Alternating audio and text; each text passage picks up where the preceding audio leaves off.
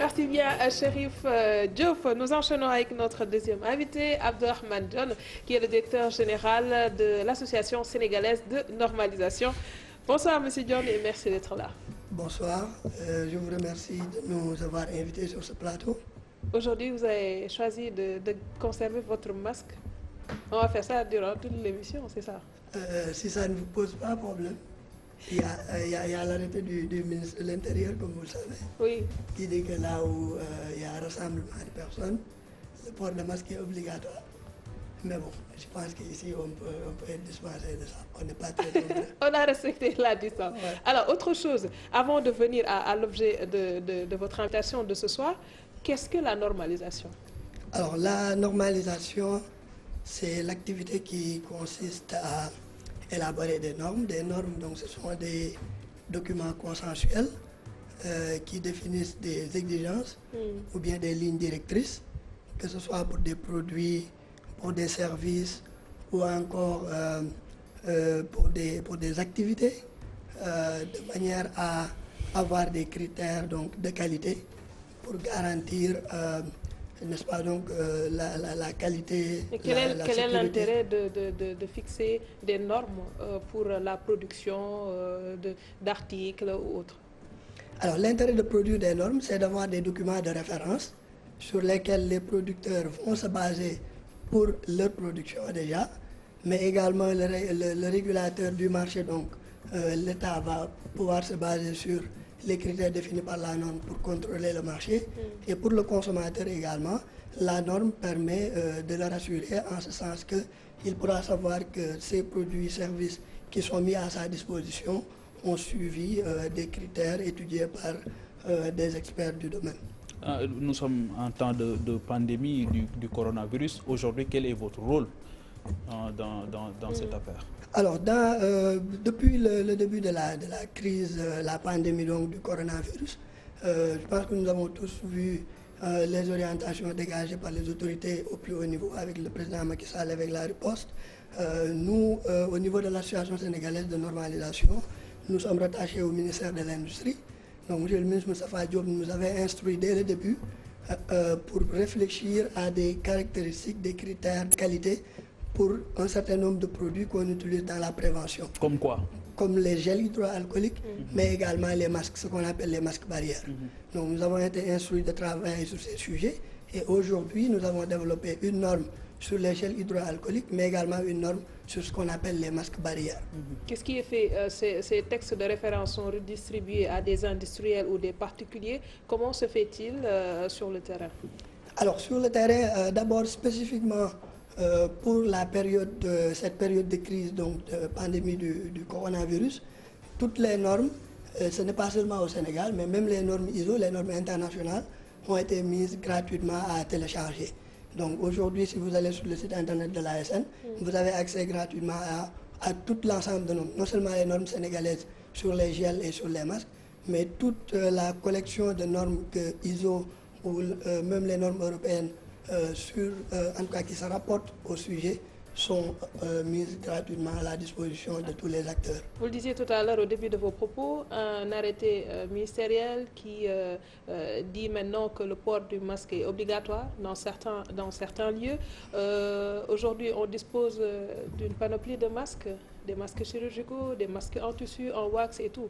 Quels sont les masques qui répondent aux normes? Alors, tout d'abord, il faut différencier ce que moi j'appelle les masques techniques. Ce sont les masques chirurgicaux, les masques qu'on appelle FFP1, FFP2 ou FFP3, d'autres les appellent N95, donc la norme américaine. Alors ces masques-là sont normalisés. Quand vous entendez FFP1, FFP d'une manière générale, c'est une norme européenne. N95, c'est une norme américaine. Les masques chirurgicaux également, il y a des normes dessus. Maintenant, la catégorie de masques où on n'a pas, où on n'avait pas jusqu'à présent. La production locale. C'est la production locale, ces masques en tissu. Donc ces masques-là, la différence, c'est que ce ne sont pas des masques qui sont destinés au personnel médical. Ce sont des masques qui sont destinés au grand public pour justement éviter la propagation du virus. Donc ce sont sur ces masques-là, destinés au grand public, sur lesquels nous avons élaboré une norme nationale sénégalaise. Et nous sommes en train de travailler sur un dispositif d'évaluation de la conformité. Le dispositif existe déjà. Aujourd'hui, mes équipes sont parties auditer une entreprise qui produit justement ces masques en tissu et qui voulait faire certifier son produit. Mais aujourd'hui, on voit que les masques sont confectionnés un peu partout. Oui. Oui, comment est-ce qu'aujourd'hui la régularisation s'opère sur le terrain? Alors, c'est justement la raison pour laquelle il a fallu sortir en vitesse une norme et un dispositif d'évaluation de la conformité. Le développement des normes, ça prend un certain temps. En général, vous ne verrez jamais une norme développée en moins de 6 mois. Ici, dès l'apparition de la crise, nous avons commencé à travailler dessus. Nos collègues français ont travaillé sur un ensemble de spécifications. Nous avons capitalisé sur cela et en un temps record, on a sorti la norme. Ça veut dire que la prochaine étape, c'est que l'autorité prendra des textes pour effectivement l'application de cette norme pour que tout masque offert ou vendu au Sénégal soit conforme à la norme sénégalaise NS 015. Et quels sont les éléments de cette norme justement? Qu'est-ce qu'il faut quoi? Dans la norme, on a 3 aspects. Le premier aspect, ce sont les exigences en termes de confection. Là, ça s'adresse donc aux fabricants, aux tailleurs, à l'artisan, à l'industriel qui se lance dans la fabrication de masques. Il y a un ensemble de critères qui encadrent cette fabrication-là. Justement, qui doit en confectionner et qui ne doit pas? Alors, justement, l'intérêt de cette norme, c'est qu'on veut que ce soit accessible à tout le monde. Ça veut dire qu'aujourd'hui, si vous vous conformez à la norme, si vous avez une machine à coudre chez vous, avec des compétences en couture, vous pouvez vous confectionner vous-même votre masque en vous appuyant sur la norme. Ça veut dire qu'aujourd'hui, vous verrez qu'il y a beaucoup d'entreprises qui n'évoluaient même pas dans le textile, mais ils ont vu l'opportunité, parce que beaucoup de business aujourd'hui sont à l'arrêt. Il y a l'opportunité, le marché est là, donc ils ont l'espace, ils ont la main-d'œuvre, donc ils se sont mis à la confection de masques. Donc on ne peut pas dire, voilà, telle catégorie qui va confectionner ces masques. Il faut avoir l'équipement, le personnel qualifié et suivre les exigences. Ces masques sont vendus, en tout cas certains, dans la rue, à l'air libre. Se pose aujourd'hui la question de la provenance et de l'hygiène. Si on les voit dans la rue, même si ce n'est pas destiné au personnel soignant, est-ce qu'en les portant, que ça soit accessible à tous, veut dire forcément que cela va permettre à la population de pouvoir se protéger? C'est surtout ce qu'on cherche à éviter à travers la normalisation. Parce qu'un masque, si vous l'avez sur votre visage pendant plusieurs heures, donc si l'hygiène est douteuse, peut-être que même ça peut créer d'autres problèmes. Alors la normalisation, l'un des objectifs de la normalisation, c'est d'assainir le marché. Et c'est pourquoi on a cette norme qui, comme je l'ai dit, sera suivie certainement dès demain de textes d'application pour garantir justement que tous les masques qui seront vendus seront des masques qui ont suivi les exigences en matière de confection, donc en matière d'hygiène. Ici, Pape Djibril voulait choisir un masque en tissu et qui serait efficace. Je ne parle pas de normes scientifiques, mais qui puisse simplement le protéger. Quelle serait cette disposition, ou en tout cas cette précision qui pourrait lui permettre de se dire, ce masque-là, je peux le choisir?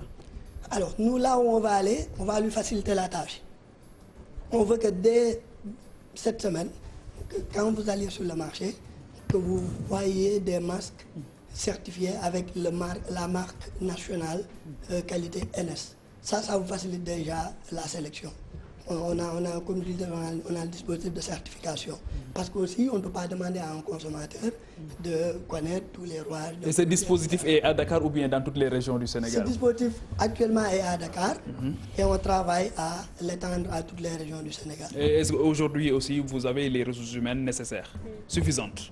On en a, on continue à travailler dessus parce qu'il ne faut pas oublier qu'il y a un mois, il n'y avait pas de besoin de masques au Sénégal. Il y a un mois, il n'y avait pratiquement pas de production de masques. Donc il n'y avait aucune anticipation. Gouverner, c'est prévoir aussi. Bon, mais après une crise, ça nous prend tous par surprise. Ça nous prend tous par surprise. Donc on fait avec. En tout cas, je sais qu'on a quand même plutôt bien avancé depuis le début. Et aujourd'hui, on peut garantir aux Sénégalais que le dispositif existe pour garantir la qualité, la sécurité. Et quid de la production nationale, je veux dire? Est-ce qu'aujourd'hui, l'État a un dispositif pour confectionner des masques, ou bien il compte s'appuyer sur le secteur privé local? Le président de la République a confié à monsieur le ministre Moustapha Diop la coordination de la confection de masques au niveau national. Ce matin seulement, j'étais à la délégation à l'entrepreneuriat rapide. Ils ont décidé d'accompagner des producteurs au niveau du Sénégal pour produire ces masques-là à suffisance. On parle de plusieurs millions de masques. Donc le dispositif est là également pour appuyer les fabricants. Le secteur privé seulement?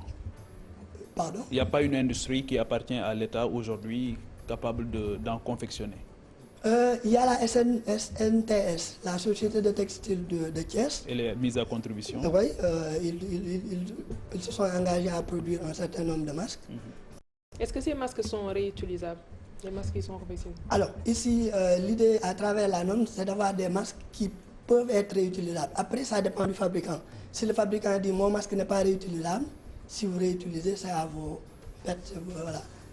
Mais le masque peut être réutilisable. Et quand le fabricant dit que mon masque est réutilisable, parce que c'est un tissu justement, là également la norme a prévu les conditions dans lesquelles le masque doit être réutilisé, notamment pour la désinfection après avoir porté le masque, comment assurer une bonne désinfection, un bon conditionnement pour que le masque ne soit pas contaminé entre deux utilisations. On a noté aussi beaucoup de contrefaçons sur le marché.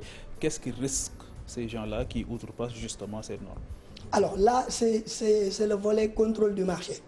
Il y a les services du commerce qui ont un très bon dispositif de contrôle du marché.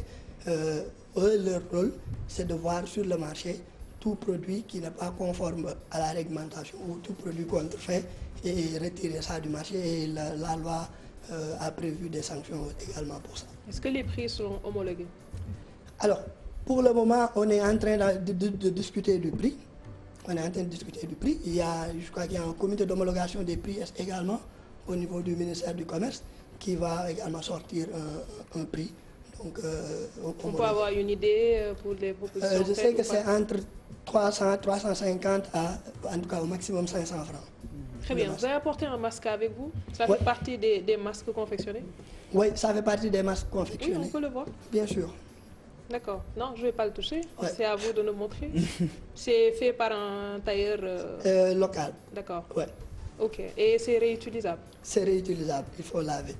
Très bien. Alors, est-ce qu'aujourd'hui, on peut avoir une idée de l'objectif que vous vous êtes fixé, du nombre de masques qui pourront être confectionnés? Alors, il faut d'abord estimer le besoin.